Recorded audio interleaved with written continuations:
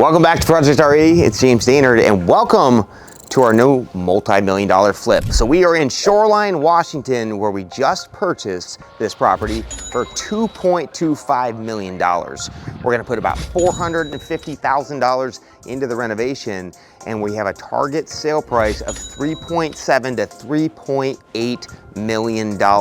Yes, there is almost $1 million in profit on this one specific deal. I'm gonna walk you through this project and talk about the differences between luxury flipping and how we normally flip a house, because there's a lot of different modifications about who we use, how we lay out the house, how we explore the comps, and the materials that we use to achieve the top pricing.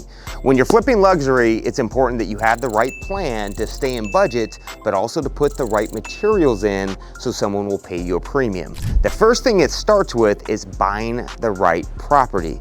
And as you can see, the views on this property are amazing.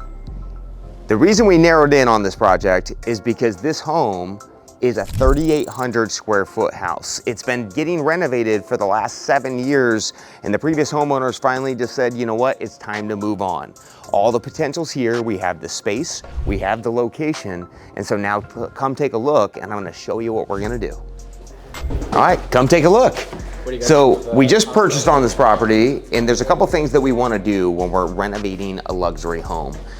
The first thing about this home, it is all chopped up, and it has the previous homeowners' ideas that we have scrapped. They were not cost efficient, and they had a layout that they were designing for how they were going to live in it, not for resale. And so what we're doing is we want to start over and restart the floor plan. So on the main floor, one of the biggest issues that we had on this property is you came in, and this is what we want to see. When we're designing our luxury flips, we want to go around what the novelty is. We target homes that have specialty items, whether it's a big lot, it's got a view, it's in the right location, but we want that buyer's first impression when they come in to see the novelty about it. And who doesn't want to look at this right when you walk in the front door? So the issue that the previous homeowners had kind of designed is the staircase was running right through here, and we had this load-bearing wall here, which blocked off about 50% of the view coming through here. So as we were trying to plan our floor plan, we had to come up with how do we open up the floor plan and bring everybody to the view as they come in that front door. Previously, the kitchen was over here, which will now be relocated into this section of the home.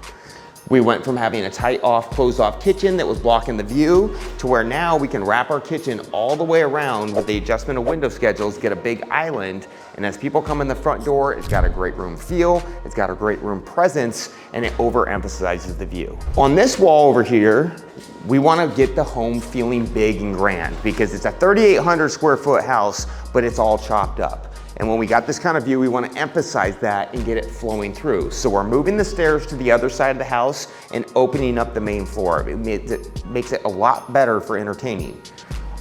Off this portion of the house, one of the biggest issues is we don't have any flow coming out to our deck off of our living room. This deck here is a feature point for the home. It is over 400 square feet big. It has sweeping views, and we want everybody to transition through. So we're gonna be installing a see-through fireplace in this section with 2 custom steel French doors that lead out to their oversized deck. So as we come through this section, we've now kind of fixed the main floor. We have our kitchen in this area. We now have our family room that looks out at views. It leads out to a really cool party deck. Our dining is going to be installed in this section for that great room concept. And we've now nailed the main floor. We went from being tight and chopped off to now open and grand. So one of the things that this house is seriously lacking is a primary suite. When we looked at the floor plans, our as-builts, and the as-builts are our current layout, we could see that the rooms were all sectioned off. We had 3 bedrooms over here. We had a smaller bedroom in this section with another office. And we knew that this was the potential because we had the space to create our primary suite through here. So now with this whole main floor, we're gonna have our primary wing in this section of the house. Now we've already framed in the last couple days, our new primary suite layout. We've come up with a 14 by 14 bedroom, and now we have our primary view that went from being kind of tucked in the back, now overemphasizes and leads out to the deck, and you get sweeping panoramic views every time you wake up in the morning. So we went from the primary suite being tucked in the back, had a fireplace, and it just wasn't a good use of space. Now we've gone from a 14 to 15 primary suite, the right size, and we look out at these panoramic views. The biggest thing that we were missing was an oversized suite. So when we pulled the comparables and we're designing the plan, we have to see what is selling for 3.6 million? What is selling for 3.7 million? That buyer, when you're selling a more premium product, is gonna be a lot more picky.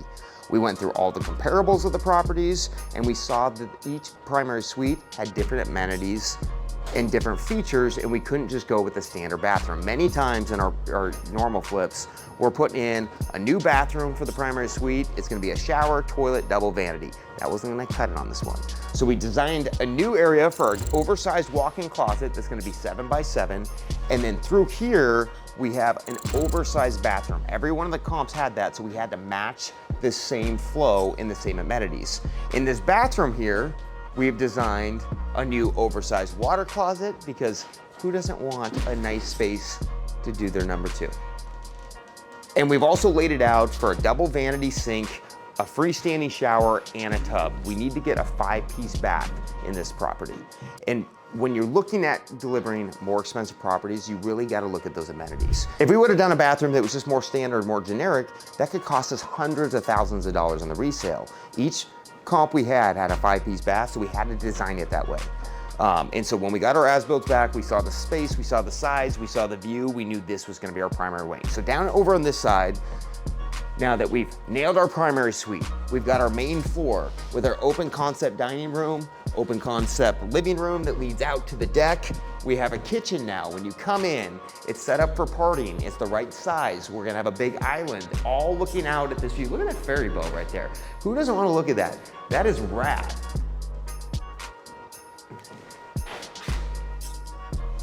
The next piece that we had to nail was the rest of the layout. It's not just about the kitchen and the primary. Those are the 2 main features, but we had to make sure that we designed the layout that accommodated the buyer pool. This buyer pool is usually a smaller family. These are homes that are around 3,000 square feet or above. They're on half-acre lots. They have great schools in the area. And so we could plan that this family is gonna need a lot of space for kids. So on this section of the wing, it was a single bathroom and 2 bedrooms. The bedrooms were way oversized, they were way too big, they were unbalanced. We were able to create, out of the unbalance of the rooms, a new bedroom in this section, second bedroom here, a full oversized bathroom to service these bedrooms, in addition to another flex bedroom or office on the main floor. We're selling a family house, and having a 4-bedroom, 2.5 bath layout on that main floor makes it very desirable. Also, in the Pacific Northwest, a lot of people work from home. We're gonna be clearing out these trees and opening up this view, and it can also be a secondary office. I mean, who doesn't want an office that looks at this view, or you put your favorite kid in this room? So down in the basement, we had a lot more work to do as well. So on the main floor, we've designed it for the right layout, for the right buyer. We've opened up the views. We are now selecting our premium finish packages. But again, it's about the flow, is how you can achieve these luxury properties. One of the biggest mistakes that I see flippers make is they think it's all about the design and the materials, when the flow and the livability are actually the most important things. So we spent a lot of time with our architects for 2 weeks planning this out, submitting for new permits, scrapping the previous homeowner's plans, and the finishes are what are gonna bring it all together. So down in the basement, we have roughly 1,700 square feet above, and we have about 1,700 square feet below. So there's a lot of the living is gonna be down in this main space.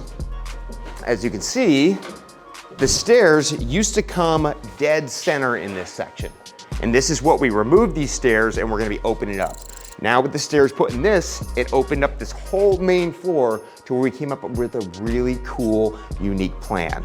So down this hallway, we went from coming in the stairs, laundry's where it's gonna be in this section. We built in a formal laundry area, because every house with a big family wants laundry. I got kids, you gotta be able to store your stuff, you gotta put it away, you don't want it all around your house. We got our laundry room in here, and then we have our 3rd bathroom is in this location.